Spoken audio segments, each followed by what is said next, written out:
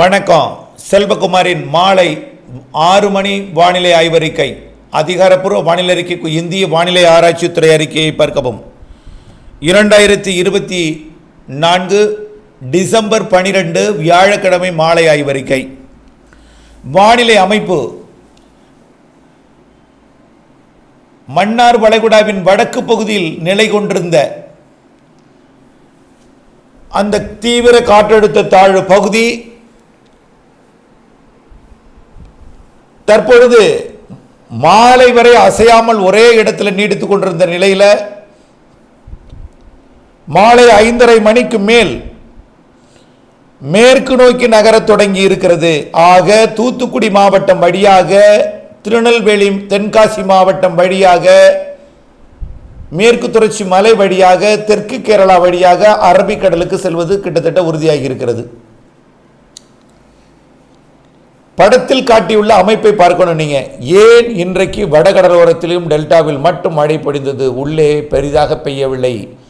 அரை மாவட்டம் கிழக்கு கடலோரம் மட்டும் எப்படி பொழிந்தது? இப்பொழுது எங்கெல்லாம் பொழிய போகிறது என்பதை பார்க்க வேண்டும். நேற்றைக்கு யாழ்ப்பாணம் கோடியக்கரைக்கும் யாழ்ப்பாணத்துக்கு இடைப்பட்ட பகுதியில் டெல்டா மாவட்டத்துக்கு தெற்கே நீடிக்கும் என்று எதிர்பார்க்கப்பட்ட நிலையில் அது முல்லைத்தீவிலேயே கரை கடந்து சுமார் ஒரு 75 கிலோமீட்டர் இலங்கைக்கு தெற்கு புறமாகவே கரை கடந்து பிறகு கோடியக்கரை முனைக்கு வராமல் ராமேஸ்வரம் தனுஷ்கோடிக்கு கிழக்கே இருந்த தலைமன்னார் முனைக்கு வந்தது. இது கோடியக்கரை முனைக்கு வந்திருந்தால் வேதாரண்யம் பகுதியில் 18 சென்டிமீட்டர் பெய்தது, ஆனால் கூடுதலாக பொய்ந்திருக்கும். இது முல்லைத்தீவில் இருந்த பொழுதே, தலைமன்னாரில் இருந்த பொழுதே கூடுதலாக 18 சென்டிமீட்டர், ஆக இன்னும் கூடுதலாக பொழிந்திருக்கும். பாக்ஜல சிந்தியோட வடக்கு பகுதியில் வந்திருந்தால். ஆனாலும் இது மன்னார் வளைகுடாவில் போய் ஒரு நீண்ட ஓவல் ஷேப்பில் சுழலுது பாருங்க. வடக்கு தெற்காக சுழல்கிறது.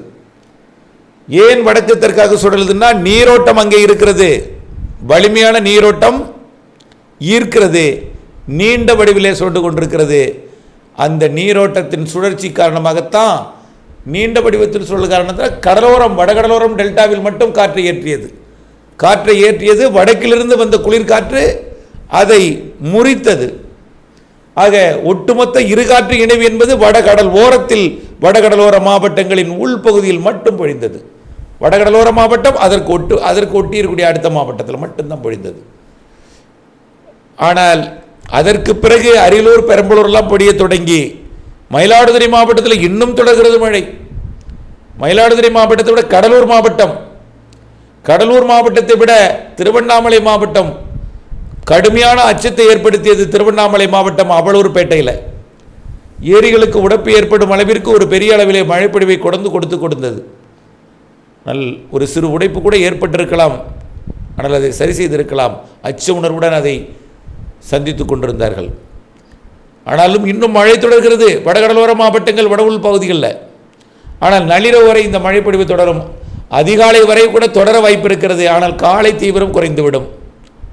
காலை தீவிரம் குறைந்த பிறகு காலை 10 மணிக்கு மேல் முற்றிலுமாக அது விலகிவிட வாய்ப்பு இருக்கிறது வடகடலோரம். இனிமேல் வரக்கூடிய மணி நேரங்களில் மழைப்பொழிவு மேற்கு மாவட்டங்களையும் தென் மாவட்டங்களையும் எதிர்பார்த்திருந்த நிலையில் தொடங்கியது மழை. காலையிலிருந்து உடுமலைப்பேட்டை, பொள்ளாச்சி பகுதியிலெல்லாம் தூறலாக கொடுத்திருந்த மழை மாலை வந்ததும் வலுத்த மழை, நல்ல மழை பொழிவாக தொடங்கிவிட்டது. திருநெல்வேலி, தூத்துக்குடி மாவட்டத்திலையும் கனமழை பொழிவு தொடங்கிவிட்டது. விருதுநகர் மாவட்டத்திலும், ராமநாதபுரம் மாவட்டம், கமுதி மற்றும் அதற்கு தெற்கே இருக்கக்கூடிய வாலிநோக்கம் மற்றும் பகுதி எல்லாமே, அதே போல வெம்பார், வைப்பார், தூத்துக்குடி மாவட்ட வடக்கு பகுதியெல்லாம் மழை பொழிவு தொடங்கிவிட்டது. இப்படி உள் மாவட்டங்கள்லையும் தென் மாவட்டங்கள்லையும் மேற்கு தொடர்ச்சி மலை மாவட்டங்கள்லையும் தொடங்கியிருக்கூடிய மழை தூத்துக்குடிக்கு கிழக்கே நீடித்துக் கொண்டிருக்கூடிய இந்த தீவிர காற்றழுத்த தாழ்வு பகுதி தூத்துக்குடிக்கு நேர் கிழக்கே 100 கிலோமீட்டர் தொலைவில் இருக்கிறது. இது தொடர்ந்து மேற்கு நோக்கி வந்து தூத்துக்குடிக்கு அருகே காற்று அச்சம் வேண்டாம், புயல் அல்ல, மழையை உருவாக்கக்கூடிய, காற்றை கொண்டு வந்து குவிக்கக்கூடிய, மழை மேகங்களை அதாவது வளிமண்டலத்தில் குவிக்கக்கூடிய ஒரு அமைப்பு என்பதை நினைவில் கொள்ளவும். இது எப்படி வடமாடலோர மாவட்டங்களில் டெல்டா மாவட்டங்களுக்கு வடக்கே மயிலாடுதுறை மாவட்டம் தொடங்கி திருவள்ளூர் வரைக்கும் எப்படி உள்ளே திருவண்ணாமலை மற்றும் பெரம்பலூர் கடலூர் வரைக்கும் குவித்தது போல வரக்கூடிய மணி நேரங்களிலே படிப்படியாக தென் மாவட்டங்களிலே மழை பொழிவு தீவிரமடையும். இதில் எச்சரிக்கை எங்குவென்றால் பெரும்பாலும் தென் மாவட்டங்களிலையும் இப்பொழுது மழை எதிர்பார்த்து கொண்டிருக்கூடிய திண்டுக்கல் மற்றும் திருப்பூர், உடுமலைப்பேட்டை, பொள்ளாச்சி மற்றும் கோயம்புத்தூர் மாவட்டம், பொள்ளாச்சி மற்றும் நீலகிரி மாவட்டத்திலிருந்து மழைப்பொழிவு, ஈரோட்டிலிருந்து மழைப்பொழிவை கொடுக்கும். கிருஷ்ணகிரி, தருமபுரிக்கு பெரிதாக இருக்க இல்லாவிட்டாலும் கொஞ்சம் மழைப்பொழிவை கொடுக்கும். ஆனால் அடுத்த நிகழ்வு இருக்கிறது, தயவுசெய்து கஷ்டப்படாதீர். தருமபுரி, கிருஷ்ணகிரிக்கும் மழை உண்டு, நாளையும் மழை உண்டு. ஆனால் ஏரிகளை நிரப்புமா என்பது இப்பொழுது கேள்விக்குரிய. ஆனால் தென் மாவட்டங்களுக்கு ஏரிகளை நிரப்பும், திண்டுக்கல் மற்றும் திருப்பூர் மாவட்டங்களுக்கு ஏரிகளை நிரப்பும், அணைகளை நிரப்பும் உறுதியாக. தற்பொழுது புதுக்கோட்டை, ராமநாதபுரம், சிவகங்கை மாவட்டத்திலும் மழைப்பொழிவு தொடங்கி இருக்கிறது. இந்த மழைப்பொழிவு படிப்படியாக எல்லா மாவட்டங்களுக்கும் தென் மாவட்டங்களுக்கு தொடங்கிவிட்டது. ஏற்கனவே பரவலாக போகிறது படிப்படியாக. இன்று நள்ளிரவு, நாளை அதிகாலை மிக கனமழை பொழிவாக தென் மாவட்டங்களில் பொழியும், தொடர்ச்சியாக பொழியும். டெல்டா மாவட்டங்களுக்கும் மழை இப்பொழுது ஓய்ந்திருந்தாலும் இருப்பிடம் அதே போல் இருக்கிறது. கண்டிப்பாக இருப்பிடத்தில் சற்று நகர்ந்ததும், மேற்கு நோக்கி இன்னும் கொஞ்சம் நகர்ந்ததும், சரியாக அந்த இலங்கையிலிருந்து வரக்கூடிய காற்று நீராவி இல்லாமல் காற்றாக இருக்கிறது. தெற்கிலிருந்து வரக்கூடிய காற்று, புரியுதா? நீண்ட வாழ்க்கையில் ஓவல் ஷேப்பில் தெற்கு வடக்காக சொல்லுகிறது காற்று. டெல்டா மாவட்டங்களில் ஏறும் காற்று இலங்கையிலிருந்து வரும் காற்று. அதாவது கொழும்பு மற்றும் அம்பந்தோட்டாவில் ஏறி தென்னிலங்கை வந்து, வட இலங்கை வந்து, மத்திய இலங்கை வந்து, வட இலங்கை வந்து பாக் நீரிணைப்பில் இறங்கி அப்படியே டெல்டா மாவட்டங்களில் ஏறி மேற்கு நோக்கி திரும்பக்கூடிய காற்று. இதனால தான் நீராவி இல்லாமல் நுழைகிறது. ஆனால் கடலூரில் நுழைகிறதும் மயிலாடுதுறையில் நுழைகிறதும் இலங்கைக்கு கிழக்கு புறத்திலிருந்து வருகிறது. ஆகவே டெல்டா மாவட்டங்களில் வேதாரண்ய பகுதியாக இருந்தாலும், முத்துப்பேட்டை பகுதியாக இருந்தாலும், அதிராமப்பட்டினம் பகுதியாக இருந்தாலும் பெரிய அளவில் இன்றைக்கு மாலையில் பகலில் மழை இல்லாமல் இருந்ததுக்கு காரணம் இந்த நிகழ்வு நீண்ட வாக்கிலே தெற்கு வடக்காக ஓவல் ஷேப்பில் நீண்டிருப்பது தான் காரணம். இதன் காரணமாக தெற்கிலிருந்து காற்று டெல்டாவில் ஏறுவது நிலப்பகுதி, இலங்கை நிலப்பகுதியிலிருந்து வரக்கூடிய காற்றாக இருக்கிறது. ஆனால் மயிலாடுதுறை மாவட்டத்திலும் கடலூரிலும் நுழையக்கூடிய காற்று அது கிழக்கிலிருந்து கடற்காற்றை கொண்டு வருகிறது, நீராவி காற்றை. அதை விட கூடுதலாக விழுப்புரம் மற்றும் புதுச்சேரி, வடக்கே அதே போல சென்னை, திருவள்ளூர், காஞ்சிபுரம், செங்கல்பட்டுலாம். ஆனால் குளிர்காற்று சதவீதம் கூடுதலாக இருந்த காரணத்தினால விட்டு மழைப்பொழிவு அனைத்து மாவட்டங்களிலும், திருவண்ணாமலை மாவட்டம் மற்றும் திருப்பத்தூர், வேலூர், ராணிப்பேட்டை மாவட்டத்தையும் தாண்டி ஆந்திர பகுதி, திருப்பதியிலும் மழைப்பொழிவு. காரணம் இந்த காற்றழுத்த தாழ்வு பகுதியோட அமைப்புல ஒரு மாற்றம். அமைப்புல தான், அமைவிடத்தில் மாற்றம் இல்லை. அமைவிடமும் வழித்தடம் மாறி இருந்தால் இன்னும் கூடுதலாக பெய்திருக்கும். அமைப்பிலையும் கொஞ்சம் மாற்றம், நீள்வட்டம் வடக்கு தெற்காக நீண்டது. படத்தை பார்த்தால் புரியும். ஆனால் இனிமேல் வரக்கூடிய மணி நேரங்களிலே இது வட்ட வடிவமாக மாறிவிடும்.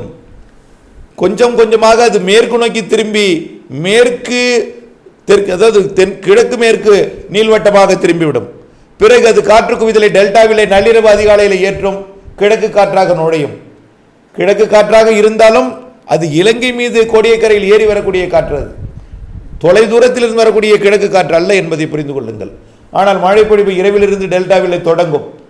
பிறகு உள் மாவட்டங்கள் திருச்சி மற்றும் கரூர், சேலம், அரியலூர், பெரம்பலூர், கடலூர் மற்றும் நாமக்கல், சேலம், ஈரோடு, கோயம்புத்தூர், திருப்பூர், திண்டுக்கல், கரூர் மற்றும் ராமநாதபுரம், புதுக்கோட்டை, சிவகங்கை மாவட்டங்களுக்கும் படிப்படியாக தேனி வரை, அதே போல தென்காசி, திருநெல்வேலி, கன்னியாகுமரி வரை மழைப்பொழிவு தொடங்கிவிடும். கடலோர மாவட்டம் தூத்துக்குடியிலிருந்து விருதுநகர் கிழக்கு பகுதியிலிருந்து மேற்கு பகுதி வரைக்கும் மழைப்பொழிவு தொடங்கிடும்.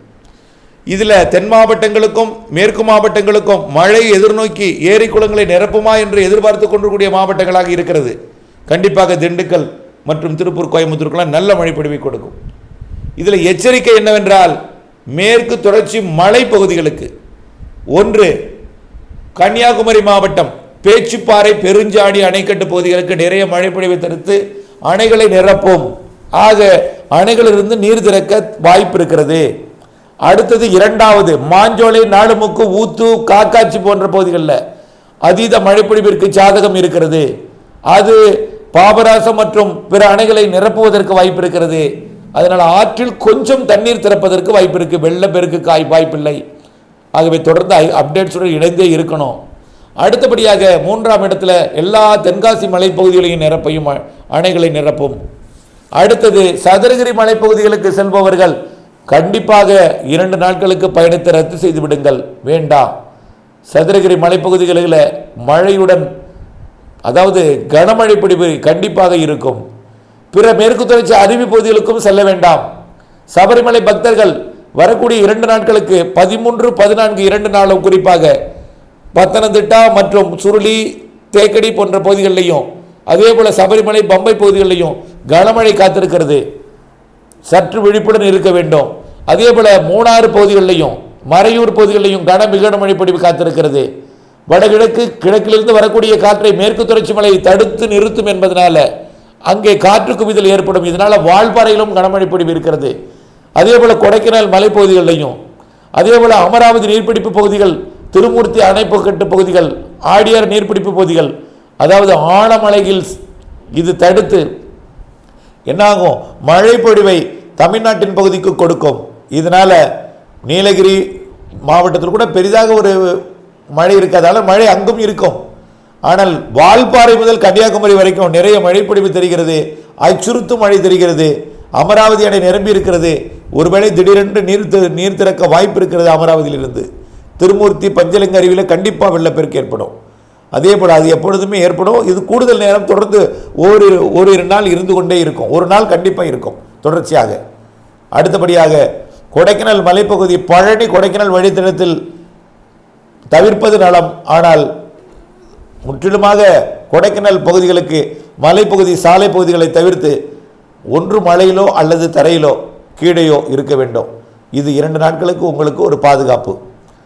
ஒட்டுமொத்த மேற்கு தொடர்ச்சி மலைக்கு முன்னெச்சரிக்கை தேவை. சமவெளி பகுதிகளுக்கு ஏரி குளங்களை நிரப்ப விவசாயிகள் மழை எதிர்பார்த்து கொண்டிருக்கிற நேரத்தில் அச்சப்படும் அளவிற்கு தரையில் மழை இல்லாவிட்டாலும் மழை பொழிவு கண்டிப்பாக ஏரி குளங்களை நிரப்பும் என்பதை புரிந்து கொண்டு தொடர்ந்து வானிலை அப்டேட்ஸுடன் இணைந்திருந்து கண்டிப்பாக நாளை அதிகாலையில் இன்றைய நள்ளிரவுக்கு பிறகு எப்படிப்பட்ட மாற்றத்தை ஏற்படுத்தி மழைப்பொழிவு எப்படிப்பட்ட நாளை அதிகாலை காலை பகல் மழைப்பொழிவு எப்படி கொடுக்க போகிறது என்பதை நாளை அதிகாலை முன்கூட்டிய விரைவிலே 2:30 மணிக்கோ 4 மணிக்குள் ஒரு அறிக்கை சமர்ப்பிக்க கடமைப்பட்டிருக்கிறேன்.